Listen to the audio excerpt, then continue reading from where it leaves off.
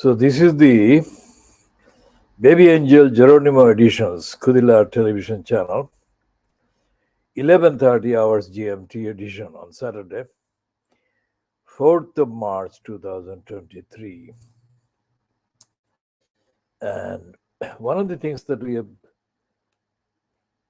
noticed is a rare appearance in the Financial Times by the Malaysian-born actress Michelle Yeoh, and of course, being the Financial Times and being edited by a Lebanese-born and raised as a Muslim editor overall, the Financial Times is not likely to say anything via Michelle Yeoh directly against imperialism, directly against racism. And Michelle Yeoh is not going to volunteer an opinion she knows would be printed or published by the Financial Times that is directly against racism and imperialism. And in any case, Michelle Yeoh has not played, to my knowledge, any major parts featuring campaign against racism, imperialism, etc. But objectively speaking, in terms of skills and crafts of acting, without any doubt, Michelle Yeoh is an accomplished actor. And she is now being promoted and feted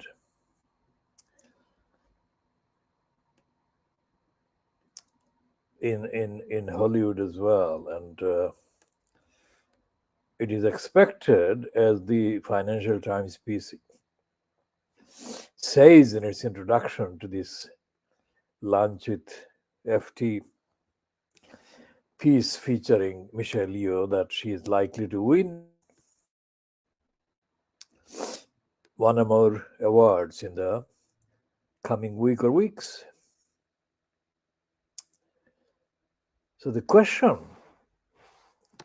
that she is addressing in the heading, at last we are being seen, we meaning Asian actors.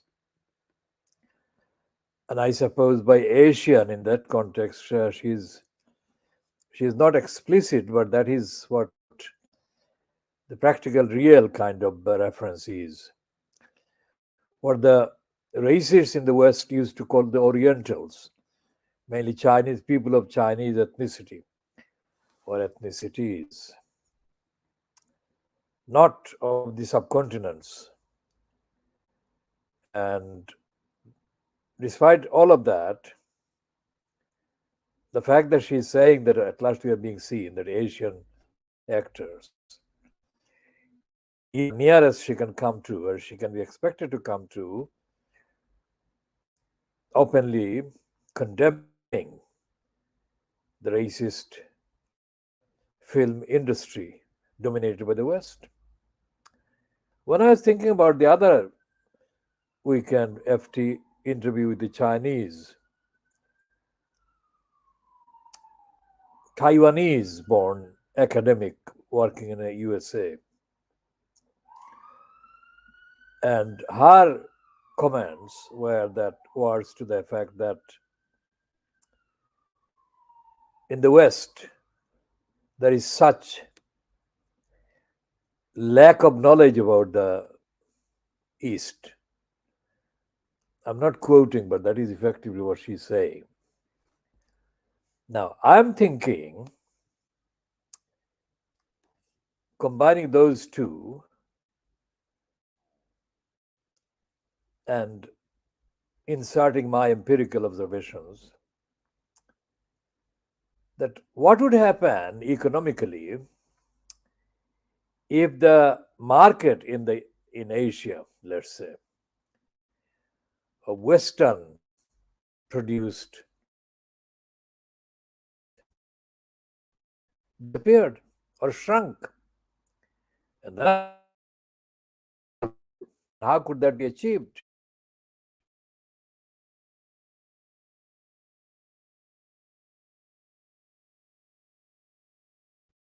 The potential market, that is the main population, the demographics in the subcontinent and in Southeast Asia, so called Far East, if the population were given the information why in the Hollywood films, for example, or Western films, movies, Asian actors feature. Why did that last, and has it been lasting?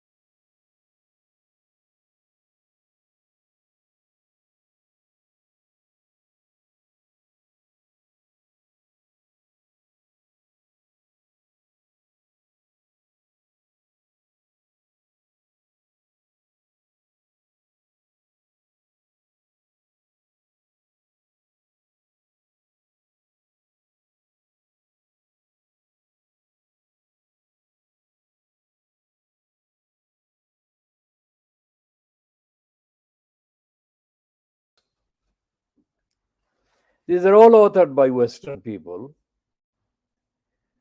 from an imperialistic denial perspective. Work that are created and produced by people of Asia and from Asia are not included as the major or the main reading, learning materials. And then it goes into all the disciplines, all the subjects that are allegedly taught at the universities. Western universities and Western universities influenced universities and institutions in the subcontinent and in the rest of Asia. And then you talk about brain drain, you talk about the criminally absurd and contradictory kind of stunts. For example, in today's newspapers, that is today's Fleet Street papers, Saturday, the 4th of March 2023, Rishi Sunak, Rishi Sunak is reportedly saying that he would not allow migrants to enter British territory if they cross the channel in boats. Now, this is a version of the mental slavery that Suella, Ivila, Cruella, Braverman exhibits. And the ugly Patel had exhibited. And the stupid Javid has shown. Now, Javid was a home secretary, Muslim, Muslim-born home secretary. Ugly Patel is a Hindu-born Home Secretary. And Suella Ivila Cruella is from Goa. And her father was expelled from East Africa, just like Ugly Patel's family were. And so, therefore, these three directly from the subcontinent or directly descend from the subcontinent. And all three of them were in post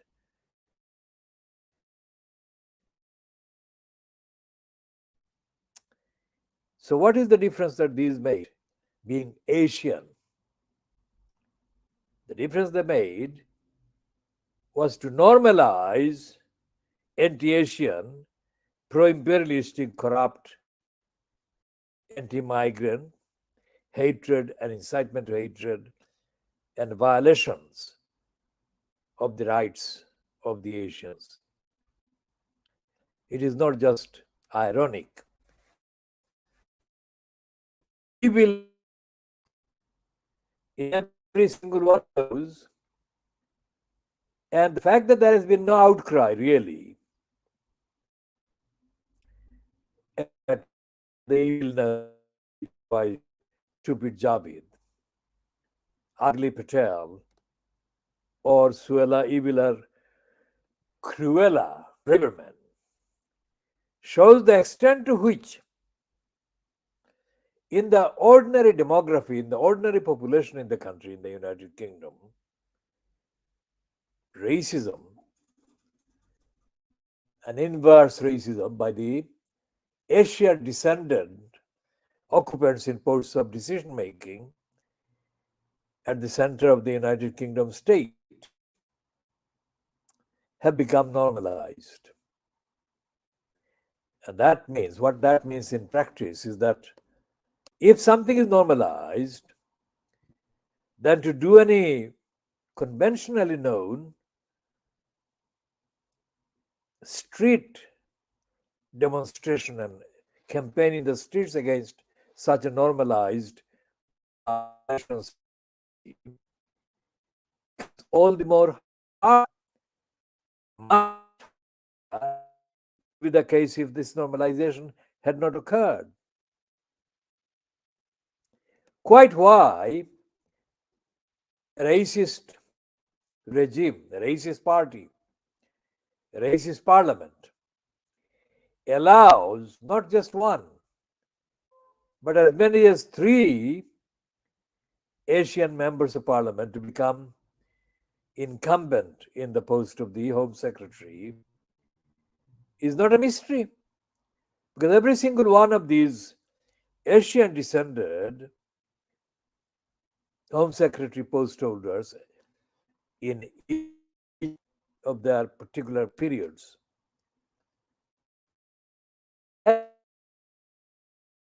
investing racism, making racism normalized, than would have been possible if they were white. Ambarad,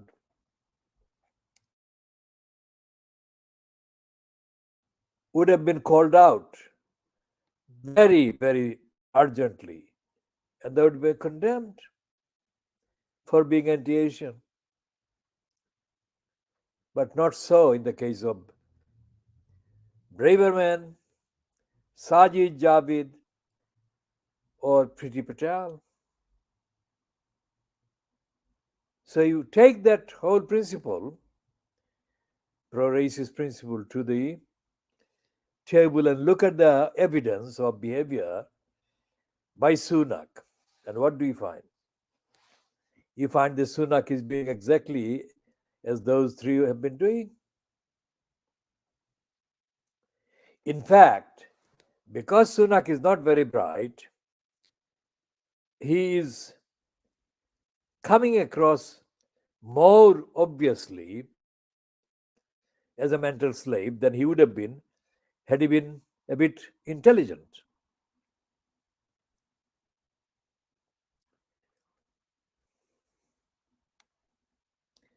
Now, let's go back to Michelle Wu. Now, Michelle Wu, in her Financial Times lunch,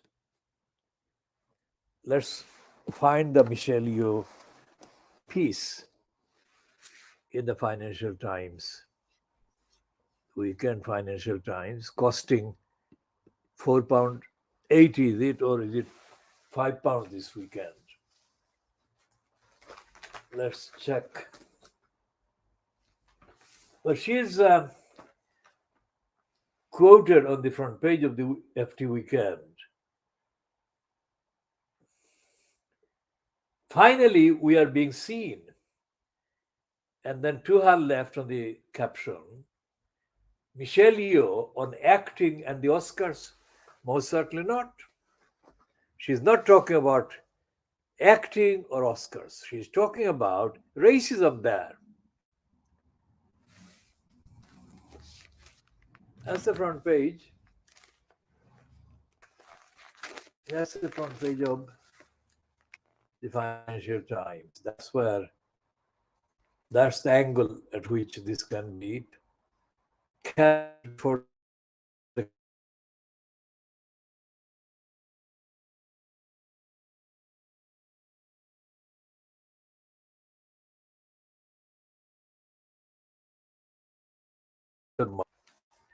it is £4.80. It hasn't gone to £5, but it can go to £5 any weekend.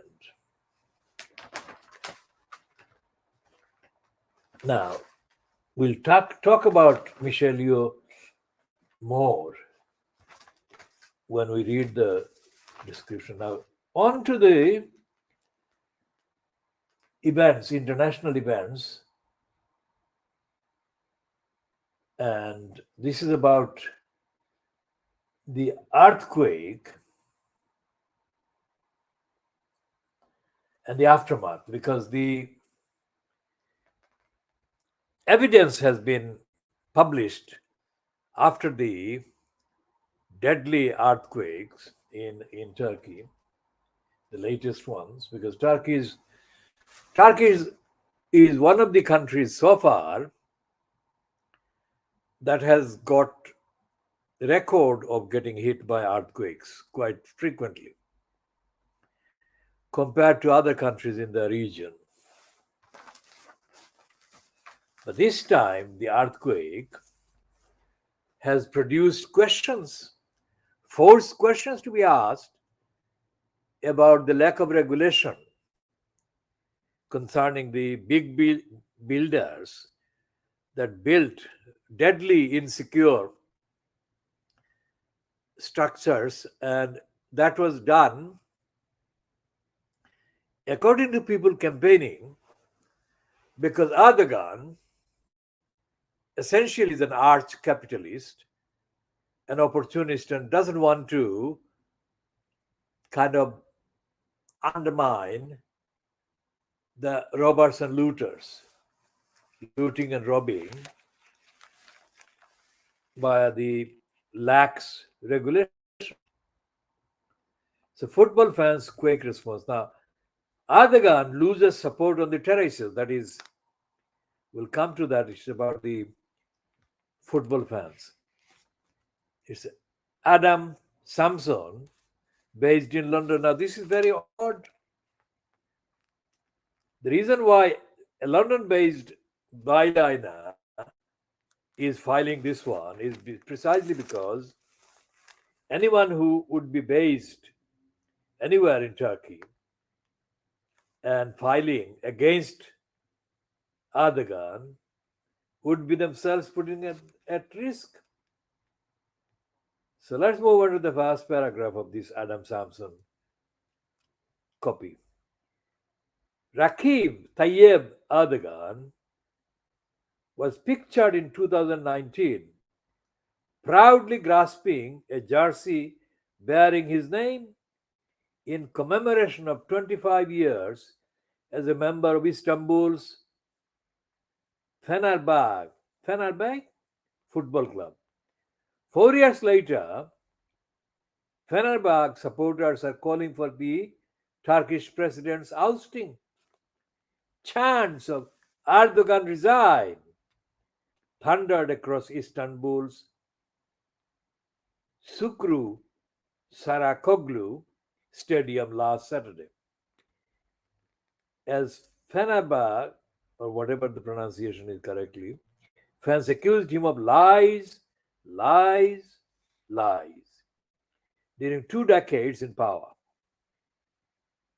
At Besiktas, another big Istanbul team, fans filled the pitch with colorful stuffed bears for children in the earthquake zone before pelting out anti government chants. Something is boiling, said Yagmur Nurat, a professor at Istanbul's Bilgi University who studies the intersection of football and society, adding that the devastating earthquake came as Turkey was already grappling with a major economic crisis. Even for a strongman leader such as Erdogan, there is no doubting the significance of politics playing out through Turkey's football obsession. Days after the chants, one local authority blocked Fenerbahce supporters attending today's match in the central city of Kayseri. Some fans pledged to bury the one who wronged us in the ballot box. The vocal opposition among supporters of two of Turkey's most prominent football clubs shows how Erdogan is struggling with the fallout from an earthquake that killed more than 30,000 people in his country and Syria. Erdogan has asked for forgiveness for the government's stark to the quake, which wrecked more than 100,000 buildings in a huge area in southern Turkey. Critics have blamed Erdogan for poorly enforced construction rules and a sweeping amnesty program for building faults that worsened the death toll. A video this week of Erdogan handing cash to children in the earthquake zone, mocked on social media, caught the mood of discontent across the country. It comes as Erdogan is already waging his toughest re election bid in 20 years in power, with the worst bout of inflation in decades sapping his popularity. But Erdogan has long been blessed by his opponents who have failed to capitalize on swings in the public mood. A long running effort to bring together Turkey's opposition was thrust into turmoil yesterday after its second biggest coalition member, the Good Party, rejected plans for a single candidate to challenge Erdogan. Analysts said this could give the incumbent a boost. The defiance on the terraces of Khoodeelaar Stadium yesterday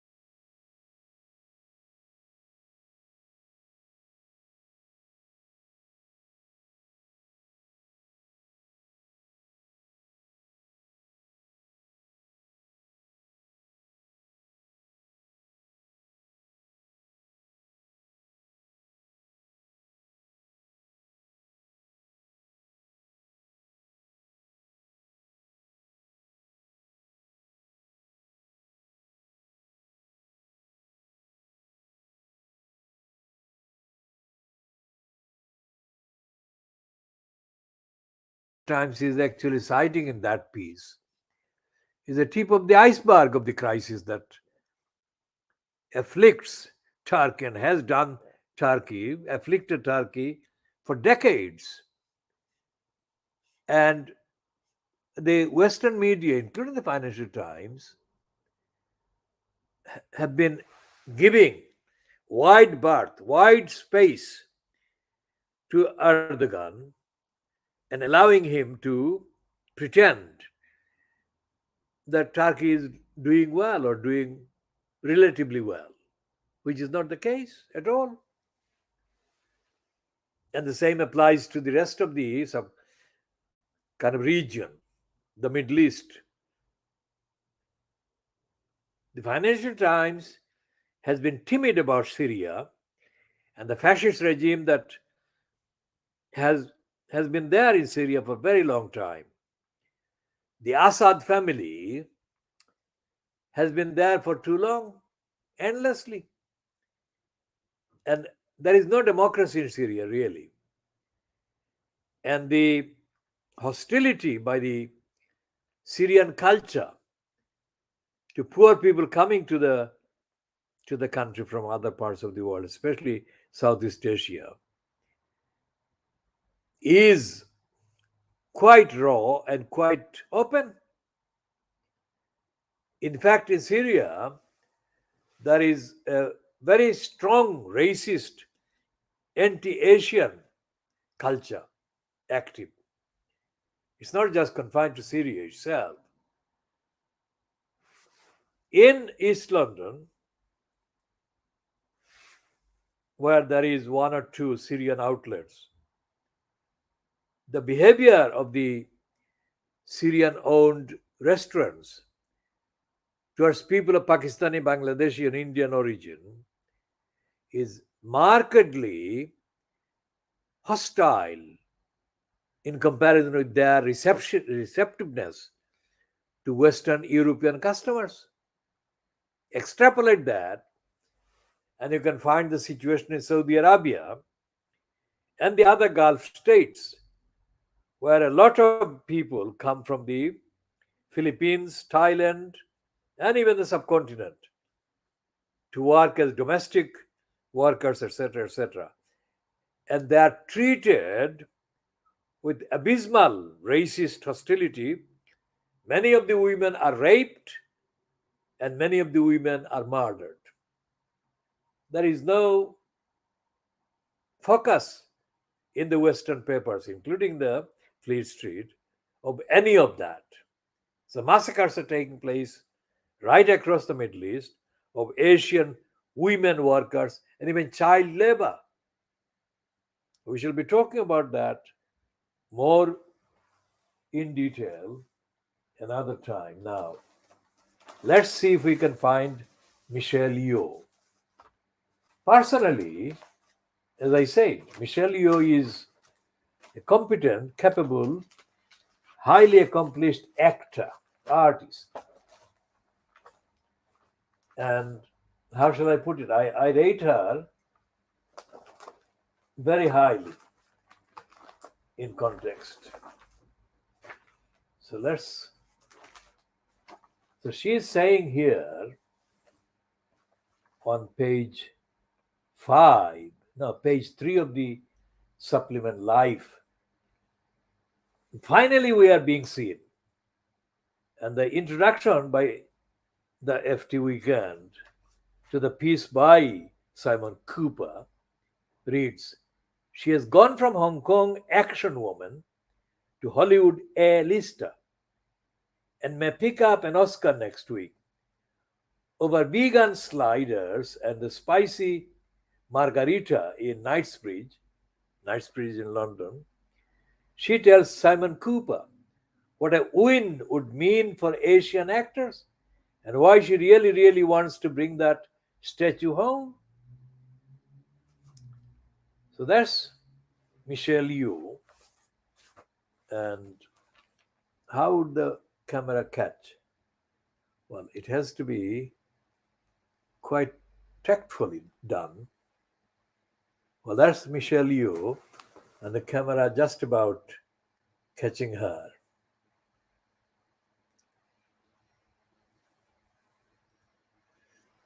Now that's a sketch. Let's see if we can find any credit for this sketch. Whoever did the sketch. I'm looking for it and I'm looking for it and I hope to find it hidden in a very small kind of credit.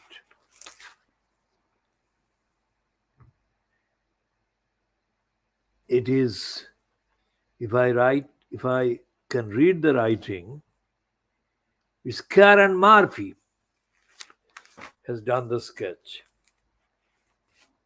And it's not a bad one, but that could be a better sketch than this one that appears. Anyway,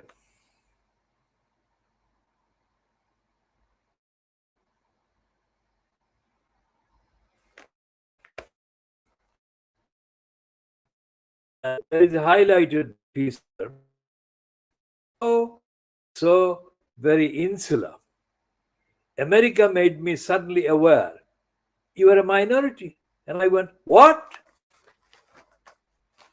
Now, the parts that Michelle Yeoh has played in her career so far have included, strictly artistically speaking, craft wise, some very brilliant characters. And in my view, I have not seen everything she has played in, but in my view, Michelle Yeoh has enhanced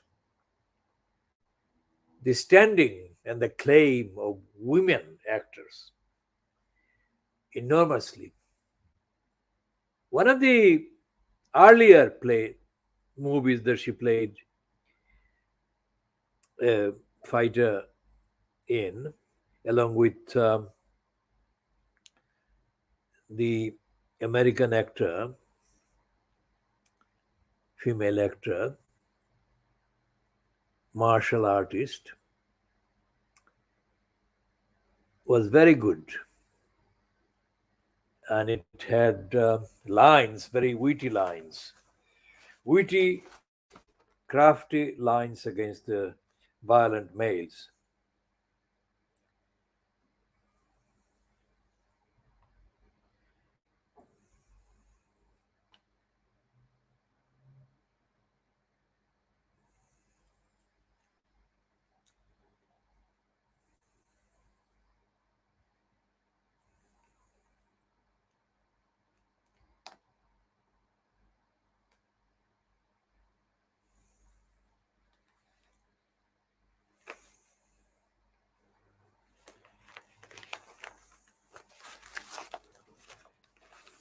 Of course, I shall be reading only selection from this one.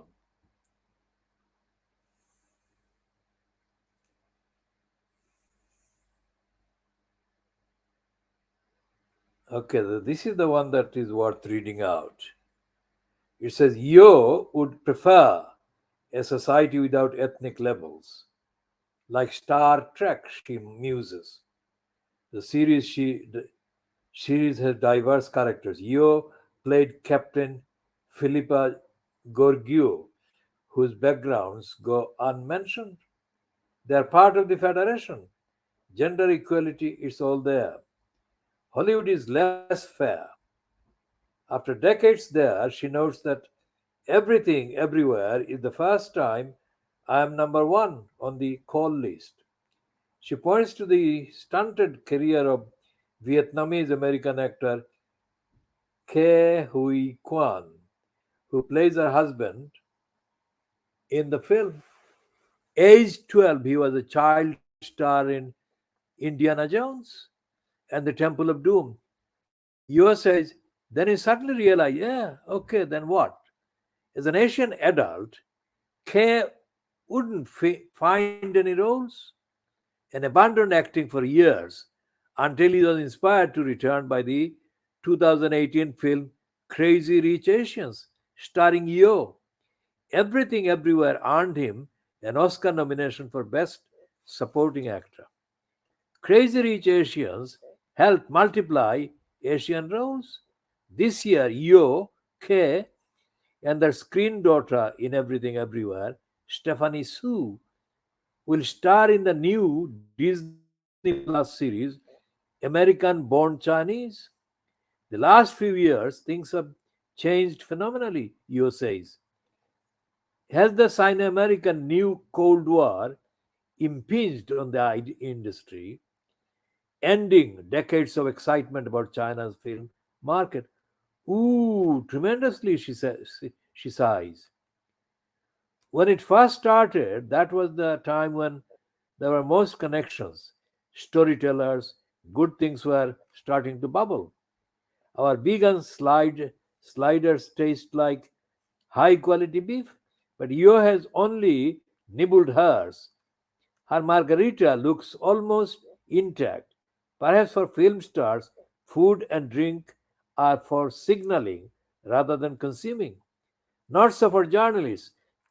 My Hargao or Bargao, whatever, is excellent, but the duck rolls dry. I ask about her relationship with food. As you can see, I eat, she claims. I just eat in moderation. My normal weight is about 44. It takes me a moment to grasp the unit. She actually means 44 kilograms. Like most of Hollywood's best roles, hers in Everything Everywhere was originally written for a man. Jackie Chan, the film's creators, Daniel Schweinert and Daniel Kowan, rewrote it for her, naming the character Michelle.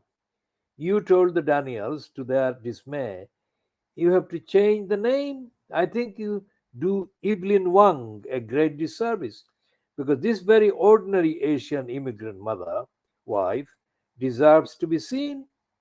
Because you walk past her in the supermarket in Chinatown, you won't even think about the worries she has to make ends meet, to have a conversation with her daughter. I chide you. She has recited the same line in other interviews. Right, she says, she admits. But it's so important that people understand. I used to try and change every detail in interviews, but someone said no. There are certain points where it has to be like a mantra, and so on. So she is not she is not blanking it. She is talking about it absolutely, but she's doing that in the context of the Financial Times and as it is printed there. I mean, I don't know the exact way that she held the conversation.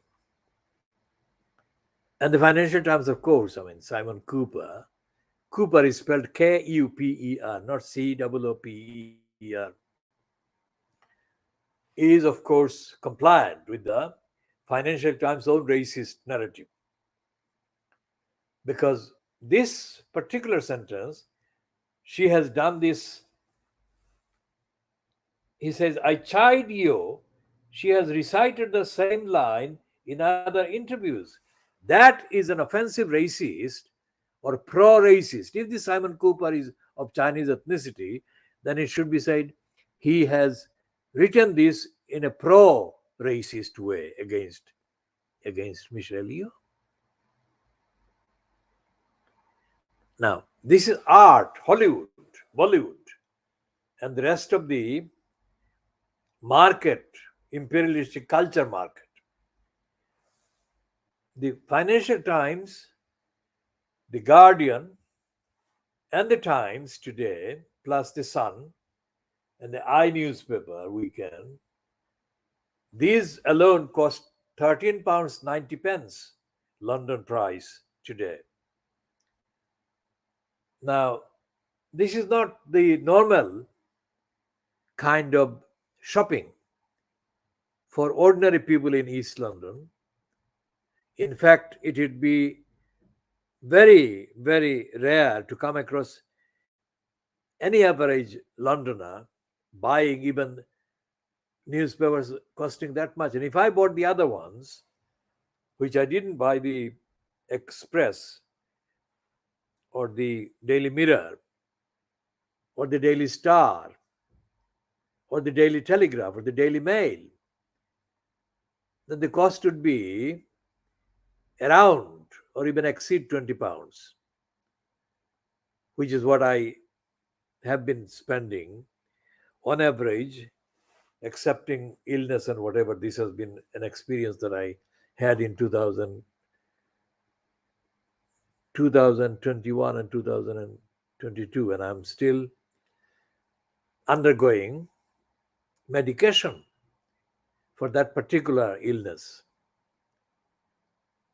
Now, the newspapers that I have to consume, examine, in order to be able to diagnose the contents and the agenda,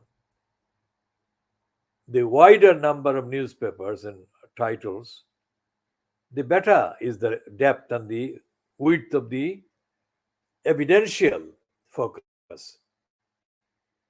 So, on average, saying the 2023 prices, if I spend £20 for the newspapers a day, then 7 days on average, let's say, 7 days, you multiply £20, not 2000, sorry, £20 multiplied by 7, £140, let's say £150. So £150 a week. And why am I doing that? Two reasons. One is to understand what I'm reading, and the other is to get the evidence absolutely 100% there. No guesswork. I'm not guessing anything. So if you go back decades and look at the equivalent of daily expenditure on newspaper or news magazines or news publications, then you see how much I have had to spend over the decades, and I have been spending over the decades, in order to be able to make the statement either before camera or in writing that is 100% accurately sourced and authentic. No guess. Now, is there another one doing that same thing? I don't know, because I have not come across any other person doing a broadcast or publishing in a campaigning mode anywhere. Contextually, before the onset of the internet and before the spread of access to broadcast materials through the internet, there used to be only television set in the corner of the room. And on every Thursday, I'm talking about London, UK, for many years, every Thursday, there would be a slot. Was it 10 minutes, 15 minutes, whatever? But that can be checked. There used to be a slot called What the Papers Say. And this was hosted mostly, as I recall, by a man called Brian Inglis and another man who is no longer around, Paul Foote. Now, Paul Foote's familiar approach to diagnosing the role of the papers and the contents of the editorial lines, it was kind of presented as a radical look. But contrary to the mythology, Paul Foote was not a radical, and he most certainly was not a socialist, although that was the level, that was the kind of business that he careeristically kind of was in. And he was a racist. But it was embarrassing to read in his entry of the biography that he was born in Palestine. That was an outrage because suggesting that he was born in Palestine is like Julie Christie claiming that she was born in Dibrugarh in Assam, not far from where I come from. And Dibrugarh in Assam is a place my father, my uncles spent a significant amount of time working. So I'm familiar with Dibrugarh. And in terms of evidence, I'm very much familiar with the Western treatment of Palestine. Of course, I'm also aware of the role that the British government played in creating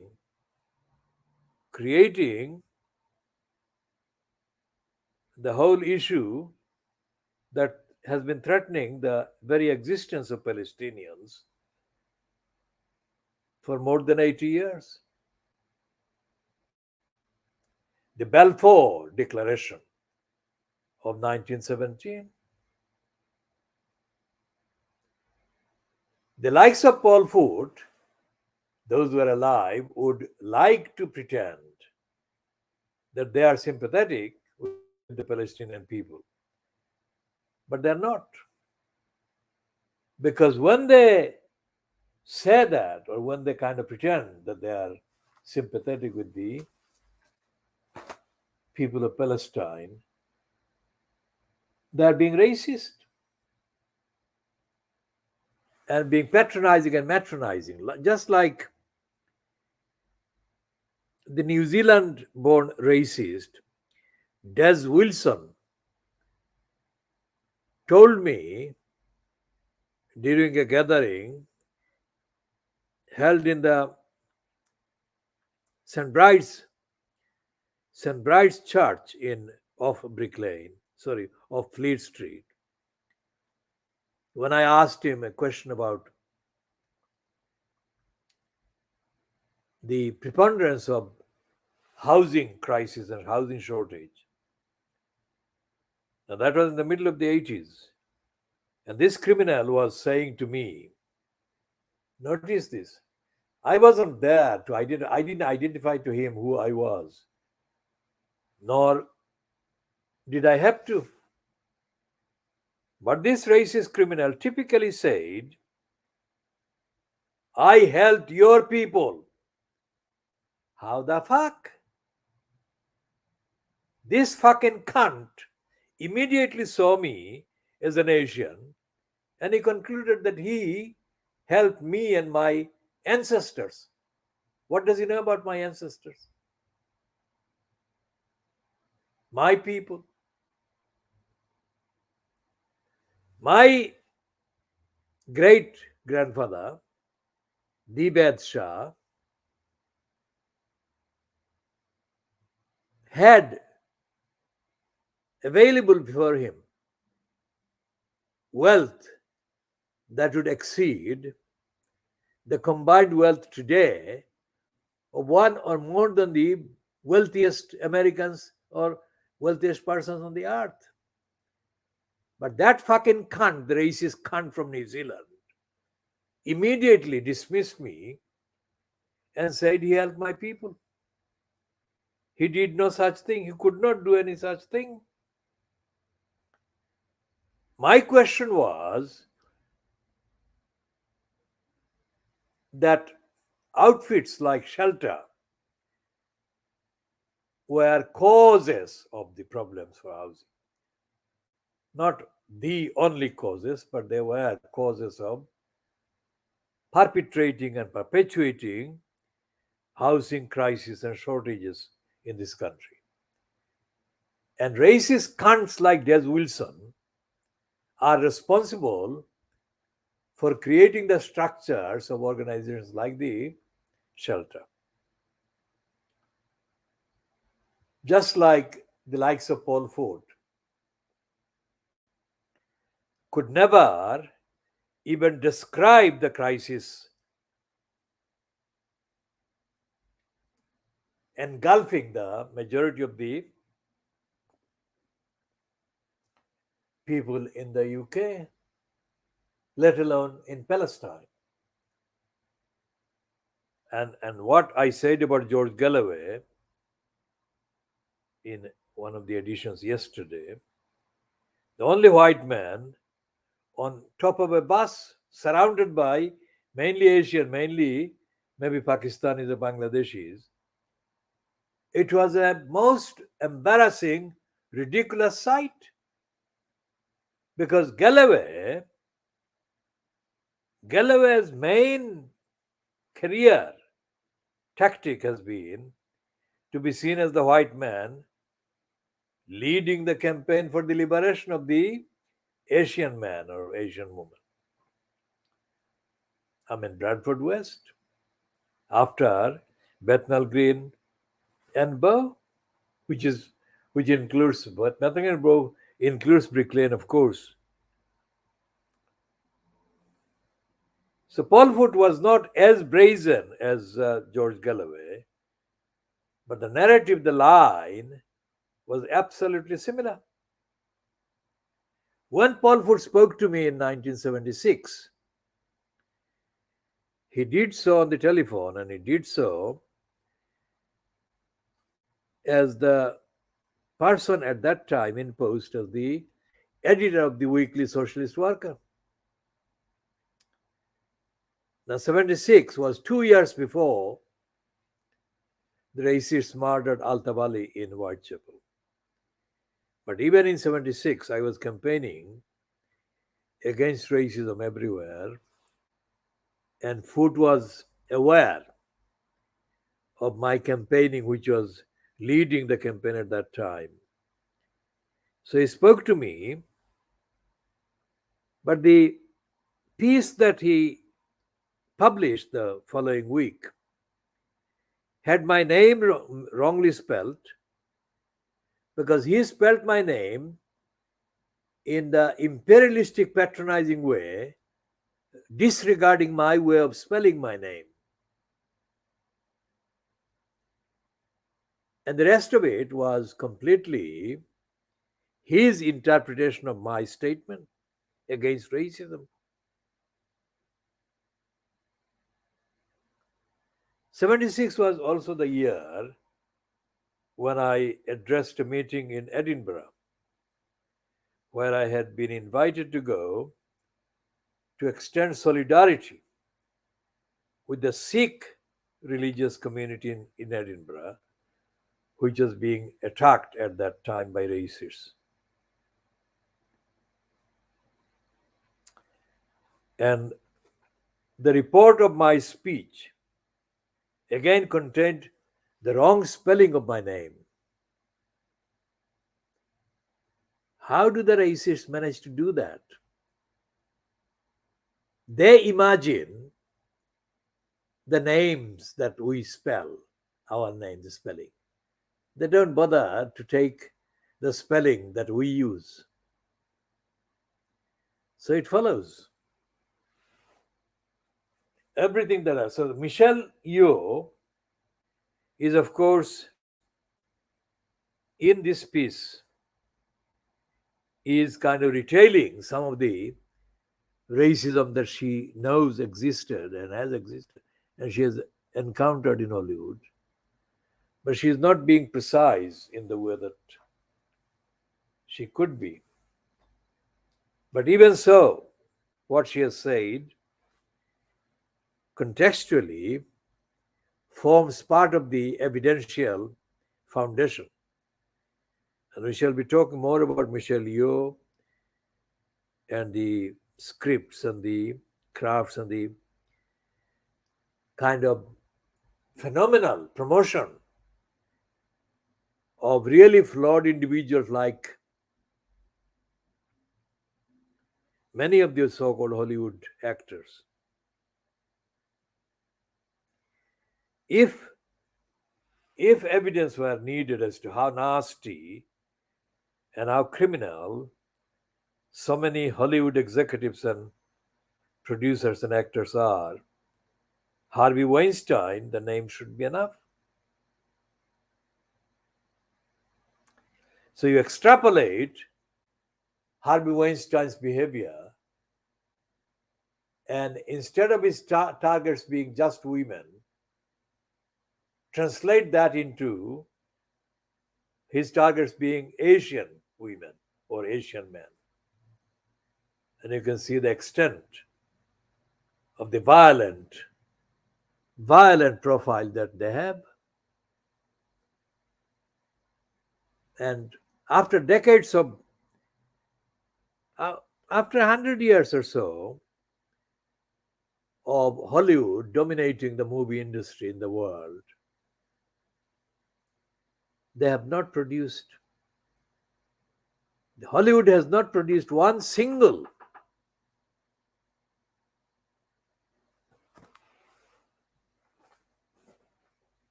Hollywood has not produced one single movie in more than 100 years that tells the story of racist imperialism in the USA or in the West. So I don't blame Michelle Wu for not giving that kind of statement, but she is not supposed to give that kind of statement. I'm supposed to give that kind of statement. I'm the campaigner, I'm the campaigning advocate and broadcaster and observer and journalist.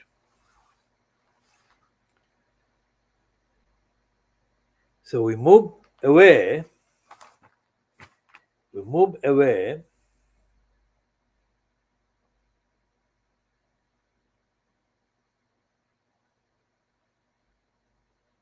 and back to the evilness called Boris Johnson.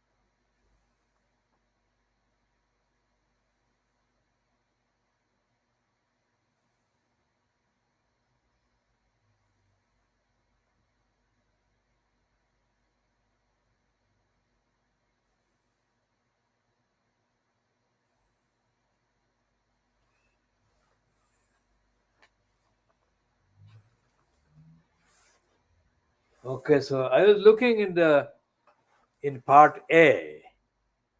I was looking for the picture of Vicky Price in the private eye, but it wasn't in private eye that I had seen it. I'm now seeing it again on page 9 of the I newspaper of, I think, yesterday, isn't it? Friday, the 3rd of March 2020. I knew that I had seen it somewhere, but I had forgotten that I had seen it in this. This is a comment piece by Simon Kellner, and it's a piece about Isabella Oakeshott, as I said, and Matthew Hancock. And here is the full piece that Simon Kellner has written. The road to perdition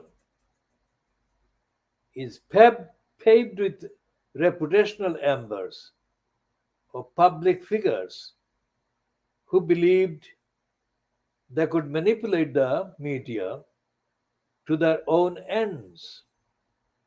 And to that wretched litany, which includes of most recent notoriety, Prince Andrew, we can now add the former Health Secretary, Matt Hancock.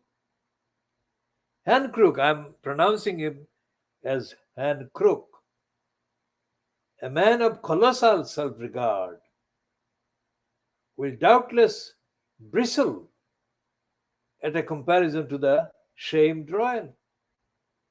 But in the same way, Andrew was so convinced of his own probity that he put himself forward for public examination.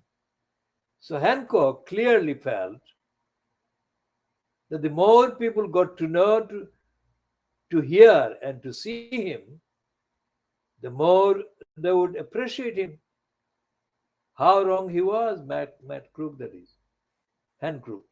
Hancock is a creature of this venal political age.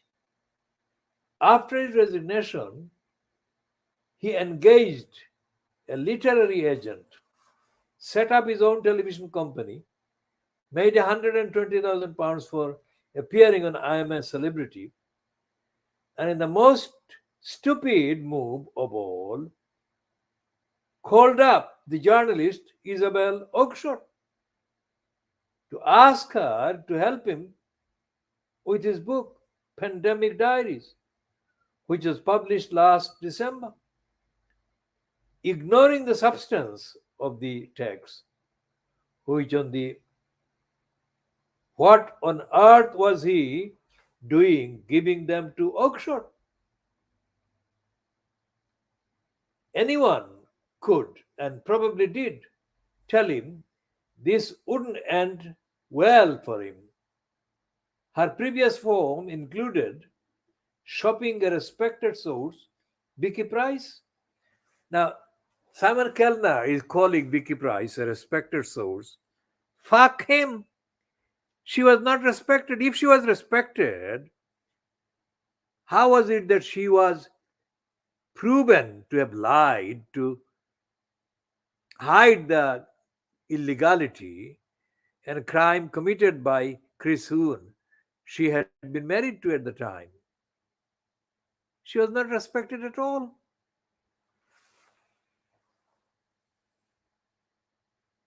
The ex-wife of former cabinet minister Chris Hoon, meaning that Price went to jail. Of course she did, and she deserved to go to jail. But why now? Some suggest it is nothing more than an act of vengeance over the financial arrangements for the book. Oakeshott, meanwhile, says that she was not motivated by spite but by public interest. Make of that what he will. All we are left to conclude is that Matt Hancock and Isabel Oakeshott deserve each other. Two odious figures who reveal a dispiriting truth about the manner in which politics is conducted today. And that's Simon Kellner. Now, Simon Kellner, calling Vicky Price a respected Vicky Price, is a cunt himself. He has got as many double standards in his so-called journalism that he accuses Isabel Oakeshott of having, which probably he is correct about. But he cannot condemn Hancock and Oakeshott and pretend that he is any better after describing Vicky Price, a convicted, sent to prison liar, as respected. So this is where I found this picture of Vicky Price, which I was looking for in the wrong place because I thought it was in the private eye. But it wasn't. That's why I couldn't find it. Now,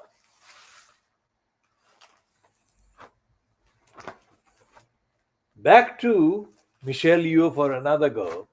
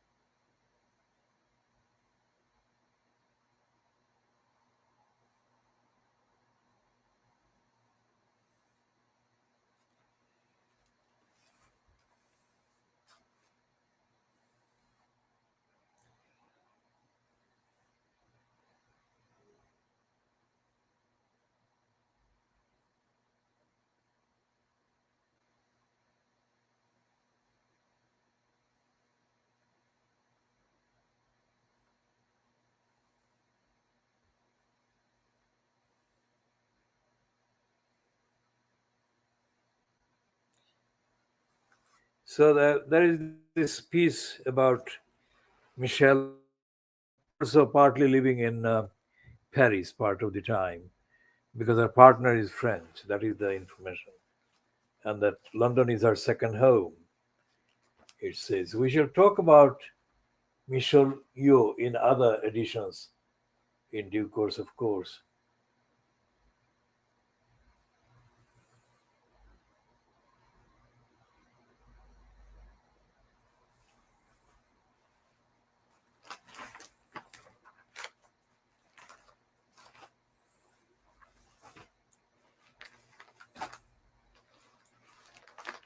Now, on to Oxford and Cambridge, where both those universities have dropped an academic who has been accused of masquerading as a visiting professor. Now, this is a Nigerian name, I think an African name anyway. Onyeka Nuelu. Now, Onyeka Nuelu's story is relevant in this edition Because what we are going to do, as I have been saying in the last 2 years or 3 years, I will have to detail, examine extensively about 3 or 4 criminals who have been awarded PhDs about their corrupt thesis about East London. One criminal called Ali Asghar, the criminal, the midget, has written one that actually names me. Now, the criminal has done so many crimes in that collection of dogmas that it cannot be allowed to remain uncondemned thoroughly for anyone to consider it as authentic and not uncondemned. So that's the context in and the background to which this reference relates. Oxford drops academic accused of masquerading as visiting professor. Now, this name, Onyeka Nuelu, the University of Oxford has terminated its association with the visiting scholar. They have changed the word from professor to scholar, who is accused of falsely claiming to be a professor. A self published author and filmmaker, he has had his status as a visiting academic at the university revoked amid claims he misrepresented himself as a professor while having only an honorary doctorate. Now, this phrase, honorary doctorate, suggests that there is something truthful about a simple doctorate. Now, that is not the case, because by examining, I've been examining this midget Ali Asghar's criminal piece for nearly 20 years, and I have asked the University of Birmingham, which gave it to him, to withdraw it, but they have refused, or they have failed, or they have not acted. And I've asked other outlets that have been listing it to remove it. Now, personally, I don't want to personally meet the midget because it would go beyond words if I met him. So outraged would I be, anyone would be, looking at the contents. Now, here is an introduction to the midget Ali Asghar's pack of lies. He says that it's about East London and he lists a number of people. But it's not anything to do with that. It's a pretext, it's an elaborate excuse to mount an attack on me, full stop, which is an extraordinary length to go to do a PhD, and he thinks so far he has got away with it in order to defame me.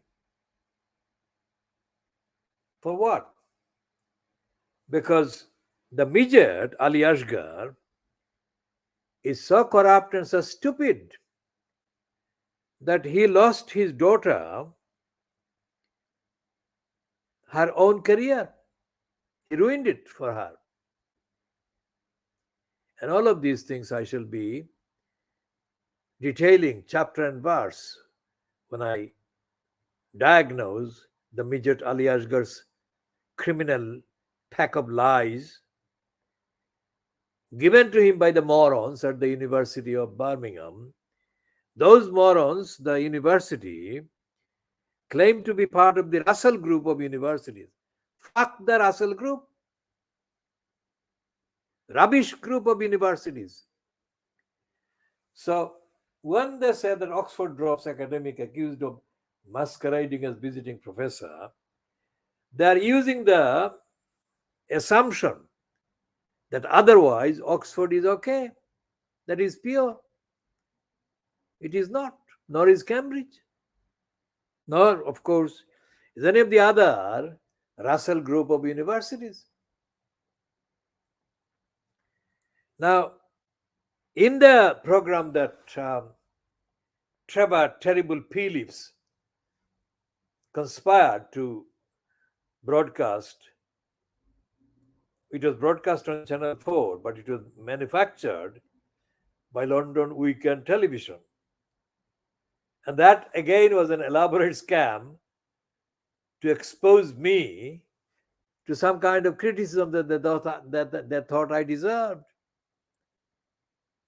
It was in that program. This is March. This is the anniversary. Let's say March 1992, and the first edition, the first episode of the thing that became known as the Devil's Advocate. That first edition featured me as the guest.